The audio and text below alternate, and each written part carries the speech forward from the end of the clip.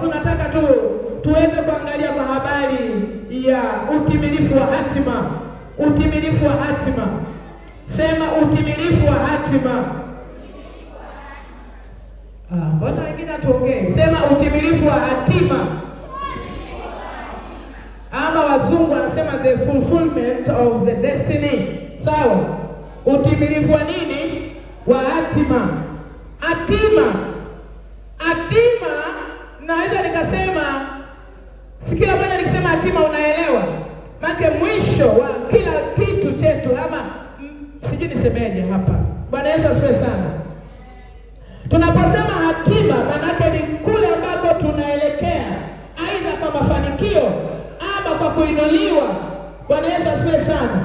Na uzuri ni kwamba kila mmoja wetu Mungu amemkusudia awe na hatima iliyo njema, yani uwe na mwisho ulio mwema, uwe na mwisho wenye utukufu, uwe na mwisho wenye kuleta nini? Furaha katika maisha yako na katika jamii ambayo Mungu amekuweka. Bwana Yesu asifiwe. Bwana asifiwe. Hatima yenye utukufu. Na hii bila kujali kwamba tumetokea katika familia gani. Kusudio la Mungu kwa kila mmoja wetu haijalishi umetoka kwenye familia gani. Wengi wetu tumetoka kwenye familia duni sana. Wengi wetu tumetoka kwenye familia ambazo pengine ni washirikina sana. Wengi wetu tumetoka kwenye familia ambazo hawamjui kabisa Mungu ambaye tunamzungumza habari zake. Na wengine tumetoka familia za watu wakuu sana, matajiri sana. Lakini nataka niwaambie, kila mmoja wetu lazima utambue hatima yako Mungu ameikusudia iwe ni njema, bora na yenye utukufu. Ndicho ambacho ameikusudia Bwana. Haleluya. Sasa kwa nini leo nataka tuangalie huo utimilifu wa hatima? Tunaangalia kwa ufupi. Maana maombi yetu ya leo yatakuwa ni maombi ya kuombea hatima zetu. Kwa sababu hatima zetu zile zenye utukufu, kama nilivyotangulia kusema, shetani naye anajua kabisa Mungu ametukusudia hatima zilizo nini? Njema. Anajua kabisa na mbinu ambazo ama njia ambazo Mungu ametuwekea tayari. Kwa sababu ukisoma katika Isaya anasema yeye Mungu huwa anatangaza mwisho tangu nini? Tangu mwanzo. Yani siku ile ulipozaliwa, siku ile ulipoonekana duniani hapa kwa mara ya kwanza, tayari Mungu alikuwa amesha declare namna ambavyo utaenenda, elimu utakayoipata, ofisi utakayofanya kazi, mume atakayokuoa, mke utakayemuoa. Mungu alishatangaza toka siku ile ya kwanza. Lakini na shetani naye wakati tangazo hilo limepita, shetani naye anajua. Na ndio maana ukitaka kujua shetani anajua, angalia wakati ambao Mungu anataka kumleta Musa azaliwe duniani awe mkombozi wa taifa teule la Mungu. Wakati huo unaweza ukaona adui akamwingia mtawala, akasababisha watoto waweze kuuawa, watoto wa kiume. Kwa nini? Walijua kuna mtawala anakuja kuzaliwa, kuna kiongozi shupavu anakuja kuzaliwa. Kwa shetani naye akatuma mashambulizi ili kukatilia mbali uhai wake. Shetani huwa anajua mambo mengine tunayokutana nayo sio tu ya kawaida, sio tu bahati mbaya za kawaida. Ni sisi tu kukosa kutambua kwamba Mungu ametukusudia kitu gani. Lakini mchana wa leo nataka twende tukaziatamia hatima zetu. Nataka twende tukamwombe Mungu. Nataka twende tukaone namna Mungu atakavyotufikisha. Na ni maombi yangu na dua, asiwepo hata mmoja ambaye hata ifikiria hatima yake iliyo njema aliyowekewa na Mungu tangu kabla Mungu wa misingi ya dunia. Na wala asiwepo hata mmoja atakayeondoka katika dunia hii akiwa amekatiza ndoto zake. Bwana anao uwezo, ndoto zetu zitatimia kwa jina la Yesu. Ninatangaza asubuhi ya leo, maono na ndoto na kusudio la Mungu alilolikusudia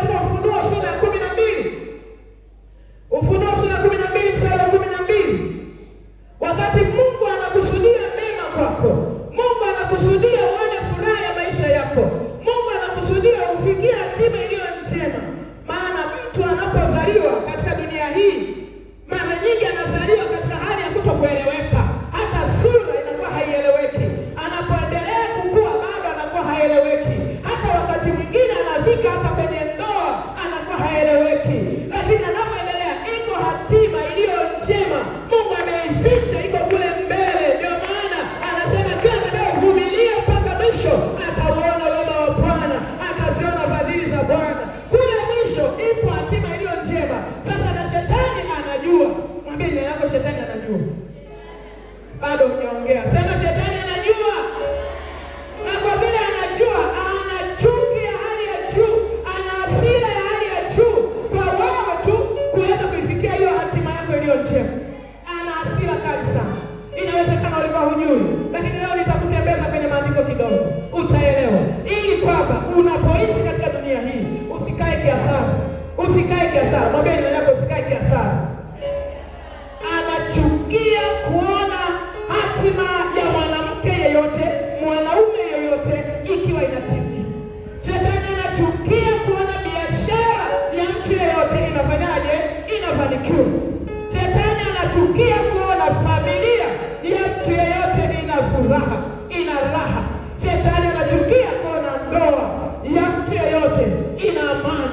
Anachukia sana kwa sababu anajua itakapokuwa ndoa ina furaha, familia itakapokuwa na furaha, haleluya, biashara ya mtu itakapofanikiwa, kazi ya mtu itakapofanikiwa, elimu itakapofanikiwa, anajua ndio njia ambazo Mungu alituwekea kuelekea kwenye nini? Kwenye hatima. Haleluya. Mungu aliweka njia. Mojawapo ni familia. Tunatoka kwenye familia, tunalelewa kwenye familia, tunavyokuwa kwenye zile familia, tukikuwa katika misingi iliyo imara, misingi ya malezi bora, lazima masomo yetu, elimu yetu nayo itakuwa nini? Bora. Shetani anajua kabisa elimu ikiwa bora, utapata kazi iliyo bora. Anajua kabisa ukishapata elimu bora, kazi bora, kinachofuata ni ndoa. Anajua ukipata ndoa bora, mwisho wa siku iko hatima yenye utukufu pale mwisho. Haleluya. Haleluya. Inawezekana hunielewi ninayoyasema, lakini iko siku utanielewa.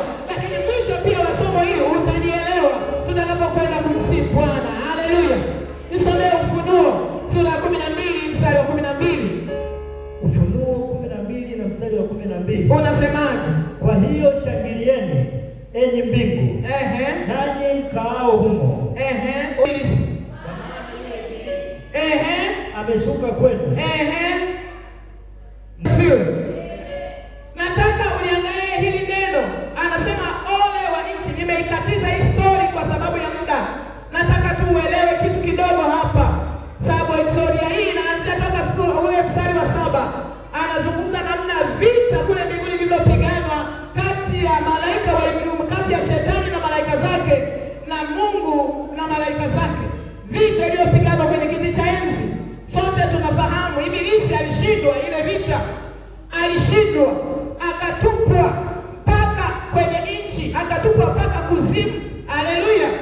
Haleluya watu wa Mungu. Hiyo vita haikuwa ya kawaida. Wakati imemshinda kule juu, alipotupwa, malaika mbinguni wakashangilia. Wakasema kumekuwa shwari, kumekuwa na utulivu. Lakini ole wa nini? Wa nchi na bahari. Kwa nini? Kwa sababu yule mshtaki ametupwa huko, lakini hajatupwa tu. Ana nini wamesema? Ana nini watu wa Mungu?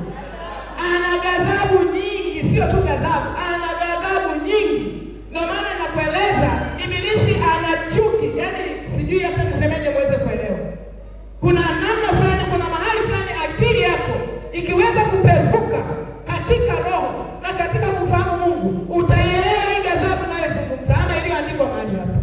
Utaelewa jinsi shetani alivyo na hasira na kuona maisha ya Kristo, maisha ya mtu anayemwamini Mungu yakiwa ana hasira kabisa.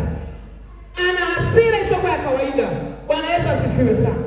Na ana hasira kwa nini? Anajua yeye mwenyewe alishakaa kule mbinguni. Unapokuwa katika uwepo wa Mungu, unapokuwa unaongozwa na Mungu, unapokuwa unaona mambo yako yananyooka, maana yake kwanza hatima yako itatimia. Jina la Bwana libarikiwe. Na hatima ikitimia utamtukuza Mungu, na mwisho wa siku utamuona Mungu. Na huyu anajua kwa sababu alikuwepo kwa Mungu. Jina la Bwana libarikiwe. Kisoma katika ile Isaya sura 14:12 anasema ametupwa chini. Bwana Yesu asifiwe sana. Ameanguka. Hebu tusome ile Isaya. Twende kwa haraka kidogo. Nataka tupate muda mzuri wa maombi. Isaya 14 na mstari wa 12. Ndio. Jinsi ulivyoanguka kutoka mbinguni. Ulivyoanguka kutoka wapi? Mbinguni. Mbinguni. Asifiwe sana. Haya maandiko hapa yanatuthibitishia shetani hana nafasi kabisa. nafasi kabisa. Na pale mbinguni ni pazuri. Ukitaka kujua ni pazuri, angalia tu wewe unapokuwa unaabudu. Angalia namna ambavyo moyo wako unapata raha.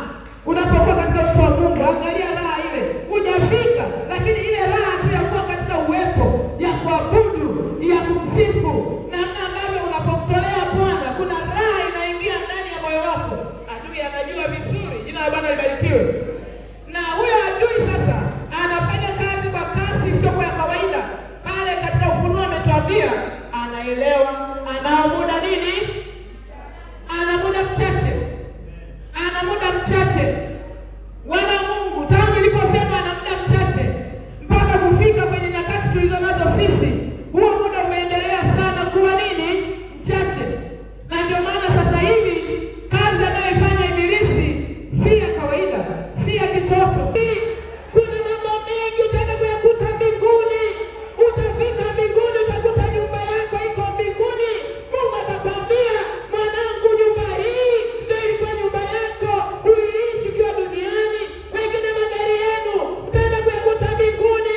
Mungu atakwambia, magari haya hapa ndio ambayo nilikukusudia mwanangu. Lakini kwa sababu ya kumwendekeza ibilisi na kutokukaa katika position Mungu anayotaka ukae, utakutana na magari mbinguni.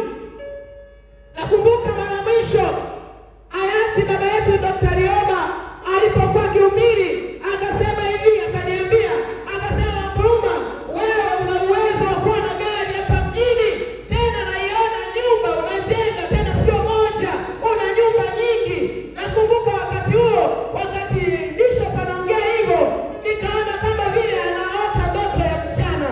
Kwa sababu ndio kwanza biashara anayofanya ilikuwa ni biashara ya mkaa, ya kutafuta shilingi 500.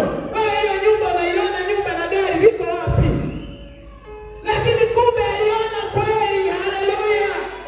Aliona kweli na akasema, kuna watu wengine nyumba zenu mtazikuta mbinguni na uhakika mnazo, mnastahili kuziishi kabla mnaondoka, lakini kwa sababu ya ujinga wa rohoni wa kutokujua mambo, mtakuta nyumba zenu mbinguni. Leo nataka nikutie hasira. Hakuna kusubiri kuikuta nyumba mbinguni. Hakuna kusubiri kukuta gari mbinguni. Hakuna kusubiri kukuta raha mbinguni. Lazima raha tuianzie hapa, kwa sababu Bwana alimwambia Petro, akasema, duniani mtapata mara 100, alafu mbinguni tunaenda kuishi uzima wa milele. Piga makofi yako kama unanielewa. Hata shetani anajua na anajua kabisa. Na wakati huo ninapigwa namna hiyo na maisha, shetani alijua huyu atakapopata nyumba, dunia ambayo imemwona katika hali hii, lazima itamtukuza nani? Itamtukuza Mungu. Atakapokuwa anaendesha gari yake namna hii, lazima dunia itafanya nini?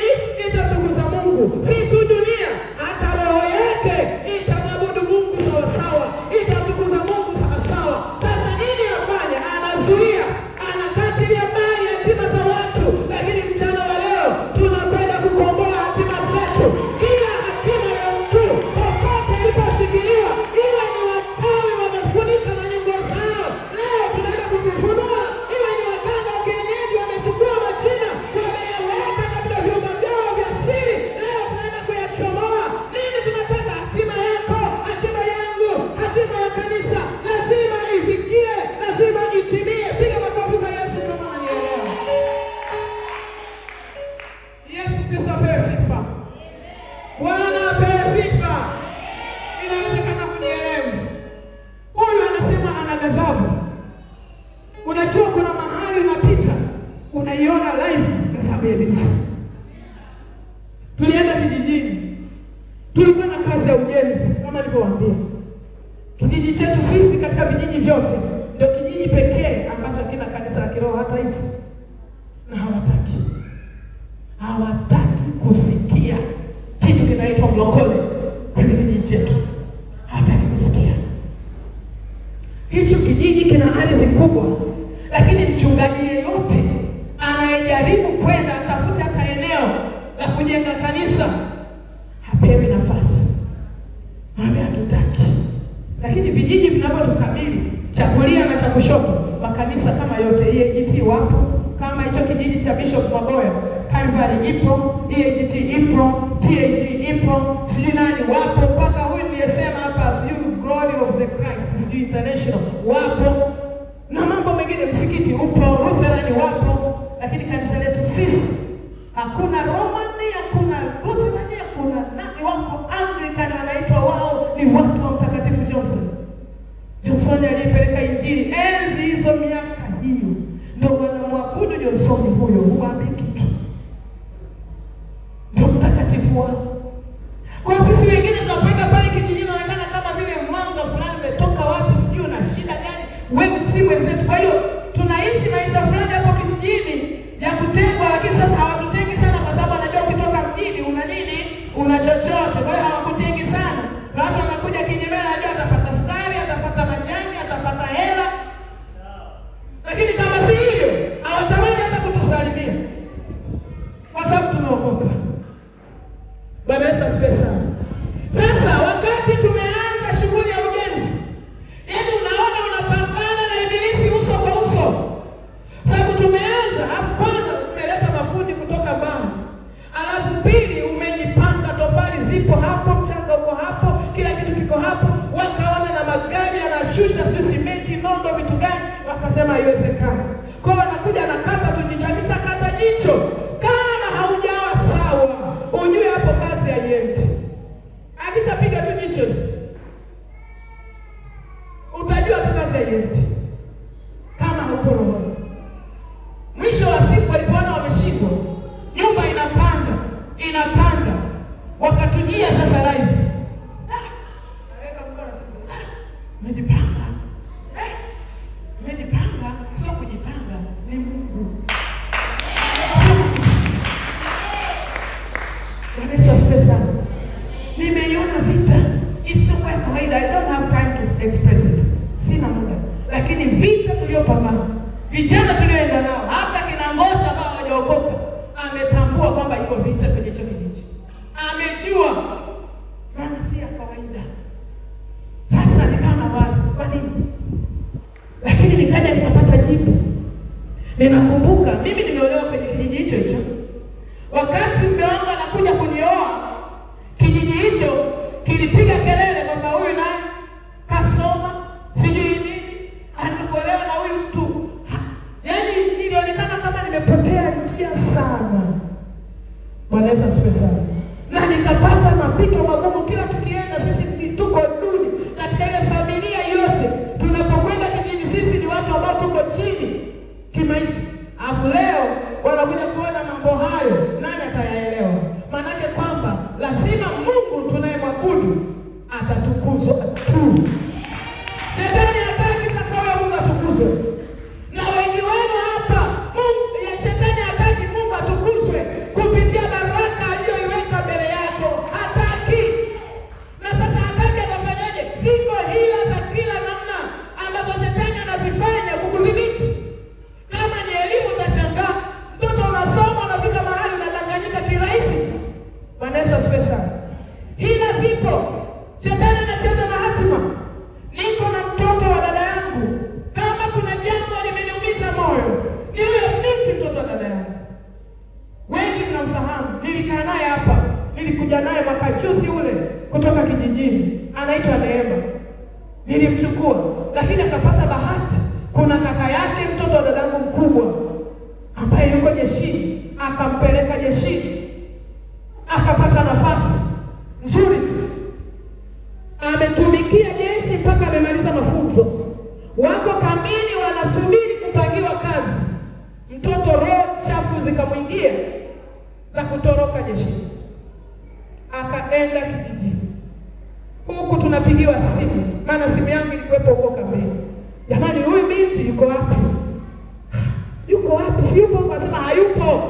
Piga simu kijijini, mama mtu anasema amekuja mara moja. Ana shida gani? Eti alimisi nyumbani. Jamani, upo mahali utakiwa kuondoka. Unasubiri kupata kazi. Anasema nimemisi nyumbani. Inakuja hiyo. Au sheria ya jeshi ameitumikia mwaka mzima, anaelewa. Ile yuko nyumbani, tunapambana, huku kazi zinatoka, watu wanachukuliwa kwenda makazini. Na yeye naye anatakiwa aje ripoti. Anarudi kwenye kazi mchezo. Kuna mtu mmoja aliyesema kati ya taasisi ambazo zimefanikiwa kushika na amri na nafasi za utii, jeshi ni namba moja. Anarudi pale akapata kibano tena, kwani ulitoroka? Akatoroka tena. Anatoroka tena, amefika huko, nafasi za kazi zimetoka, lakini sasa hajatoroka bure, kumbe amebeba na mimba. Jeshi hiyo yote haikubaliani naye. Bwana Yesu asifiwe. Bwana asifiwe. Unaona shetani anapocheza na hatima. Hivi ninapoongea mama yake saizi ameuza kila mfugo aliokuwa nao kwenye hizo heka, maana alikuwa Kasulu Kigoma. Kutoka Manda mpaka Kigoma hizo nauli si vitu gani, nenda rudi afu nacheza kana kwamba hela mama yako sio anaitoa wapi. Shetani anacheza na hatima. Pata mimba, kakaa chini. Hawajui, kaka yake hajui kama amepata mimba ndugu yake. Akapambana kwa sababu yeye ni bosi kule. Akapambana mdogo wangu apate kazi hata kama alitoroka, hata kama aliharibu. Kweli nafasi kapatikana. Haya njoo, anapewa mimba ya miezi 3 karibu mimba. Kaka akasema basi nimefanya nini? Nimeshindwa. Kaje. Ni hatari.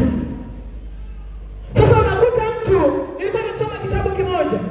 Kuna kijana amesoma mpaka amefika chuo kikuu. Kipindi cha mitihani akapata alikuwa Mkristo mzuri. Akapata anguko tu la kulala na msichana, tu kutembea na msichana urafiki. Kumbe huyo msichana alikuwa na maroho. Alipolala naye kama kosa. Kijana mama kaanza kuharibika. Akikaa analala hapo hapo. Akiamka na mikonyo iko hapo hapo. Akajiuliza nina ugonjwa gani? Nina shida gani? Nina tatizo gani? Alihangaika, mwisho wa siku chuo kikafanyaje? Chuo kikuu. Shetani yuko kazini. Mambo mengi yameharibika kwa sababu ya kutokuelewa haya ninayoyazungumza. Unaweza kufikiri maisha ni ya kawaida. Kuna watu wengi hatima zimeshikwa, na ukitaka kujua hatima yako imeshikwa, watu wanapokutazama unaonekana kama ni mtu fulani wa maana, lakini wewe mwenyewe ukikaa peke yako huna maana wowote. Ujue hatima yako imekamatwa. Anza kushughulika. Hivi tunapozungumza kuna watu wamelala, lakini nayo yaona mimi ni hatari sana. Usilale. Tikisa jirani yako mwambie usilale. Sema tena usilale. Bwana asifiwe. Bwana asifiwe. Kwa hiyo nataka utambue kila adha unayokumbana nayo ibilisi yuko nyuma yake.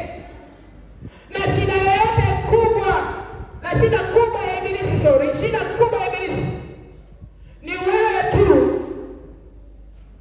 Yaani shida yake kubwa ibilisi kati yake na wewe ni ile aina ya hatima iliyo mbele yako. Yule mwenye hatima kubwa, mapambano yake sio kitoto. Utagaragazwa, utafinyiliwa. Hivi naongea kitu unanielewa? Kuna watu mnanielewa. Leo nawafungua masikio.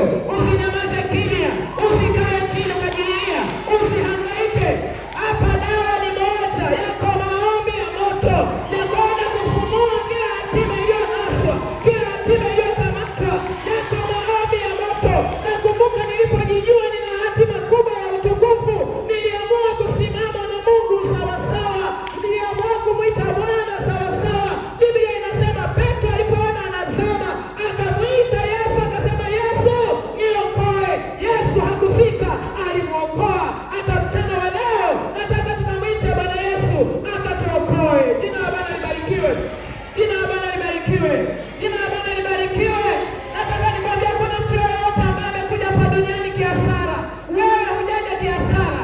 Wewe hujaja duniani kwa bahati mbaya. Askofu Maboya anapenda kusema neno moja. Hata kama mama yako alibako ukazaliwa, lakini bado wewe ni mpango wa Mungu.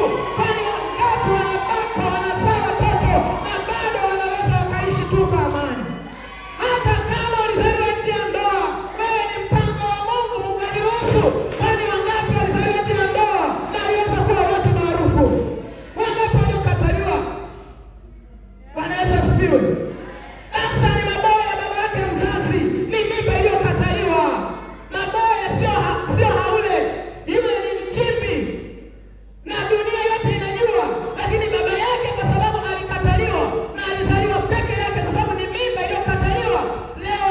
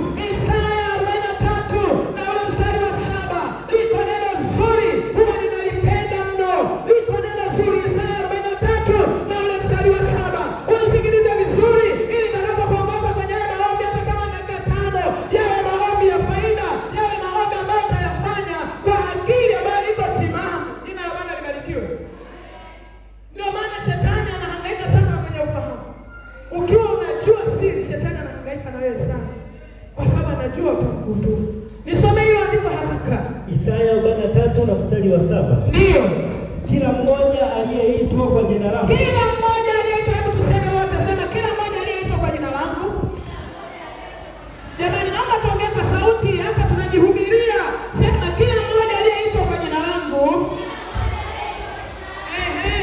Niliyemuumba kwa ajili ya utukufu wangu. Anasema niliyemuumba kwa ajili ya utukufu wangu. Sema tena.